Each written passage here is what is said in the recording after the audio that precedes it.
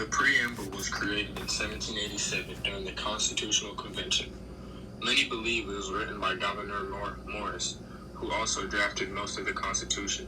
The preamble has two glaring generalities throughout. The first being that the government that is mentioned in the Constitution is not mentioned in the preamble.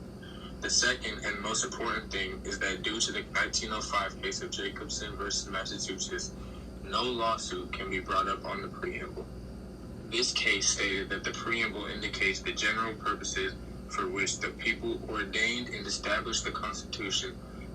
It has never been regarded as the source of any substantive power conferred on the government of the United States or on any of its departments. Such powers embrace only those expressly granted in the body of the Constitution, and such as may be implied from those so granted. When it comes to the New Deal, President Franklin D. Roosevelt reinterpreted the words general welfare by making it more about the people who need help rather than all citizens. He did this by establishing programs that help citizens a lot, like the Federal Emergency Relief Act, which gave financial aid to states to support local relief programs, and the Social Security Act, which created a national system of pensions, unemployment insurance, and aid to mothers with children. Both of these support those who need it the most and not necessarily all regular citizens.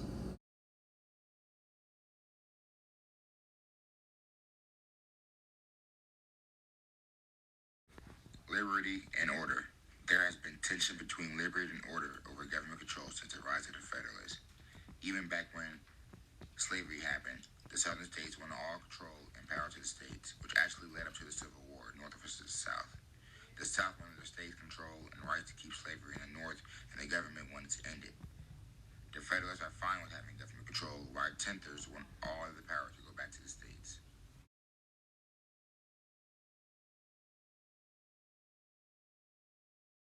In all honesty, I can't really say that the government has evolved in balancing faith and equality in court cases, as they tend to go back and forth. In the Dred Scott case, equality was on the minds of the judges as they ruled that enslaved people can't sue for their freedom because they are property and not citizens of the United States, even though they were obviously human beings. Roe v. Wade, though, had a pretty good balance between faith and equality, as faith wasn't really on the minds of the judges. They didn't really use that as a way to rule, but equality-wise, it was on that side, as they ruled that abortion should be legal, and it helped serve for equality for some women who just couldn't have or just wasn't ready to have children at that point and just weren't ready. The Hobby Lobby case, though, flips, and it was purely faith-based, as Hobby Lobby wanted to ban contraceptions for their employees because it was against their religious beliefs, the company's religious beliefs. And they sued an employee who wanted to use them, and Hobby Lobby ended up winning because of the freedom of religion. So, as you can see, the government tends to go back and forth between equality and faith, and they either have one or they don't have the other, or they just don't have both.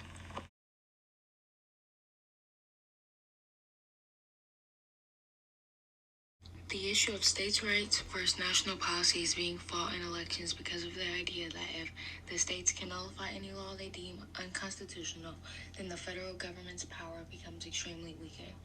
States conduct all elections, even presidential elections, and must ratify constitutional amendments. So long as their laws don't contradict national laws, state governments can prescribe policies on commerce, taxation, healthcare, education, and many other issues within their state. The federal government doesn't have enough resources to deal with immigration, enforce its own drug laws, carry out its environmental policies, build its own infrastructure, or administer its healthcare system. Instead, it relies on the states to do much of this work. Since the McCarran-Ferguson Act of 1945, Congress has delegated regulating the business of insurance to the states. An example of this is with the creation of the Affordable Care Act. Since the enactment of Obamacare in 2010, the government has provided federal cost-sharing subsidies to insurers to cover certain costs for servicing low-income individuals. But the Trump administration has canceled these payments by executive order in 2017. One of the byproducts of the act was the creation of insurance exchanges, which are essentially online marketplaces where an individual can purchase health coverage that complies with federal law. Each state has either created its own exchange or subscribed to the federal one. One interesting piece of information is that despite federal involvement in this area of insurance, states still maintain a large portion of their regulatory authority.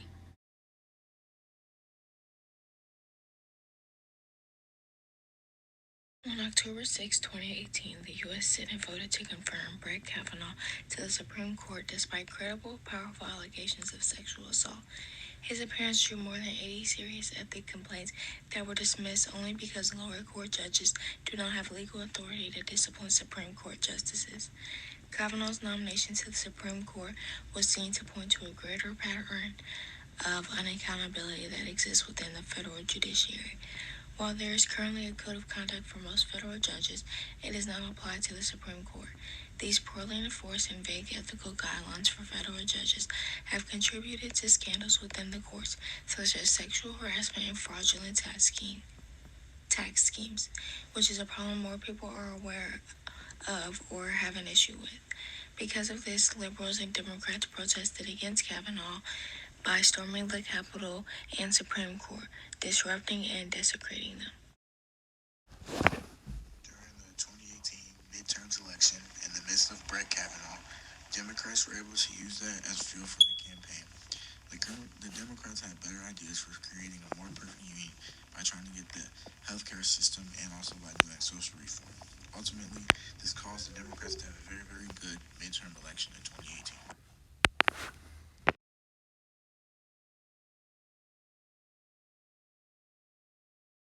And now an advertisement sponsored by our group.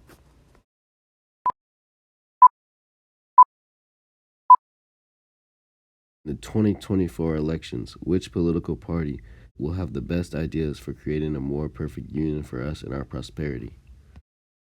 Our group thinks you guys should vote blue because that's the best for our country. With the corruption of Trump and Brett Kavanaugh, we do not believe that the Republican Party should be in the office.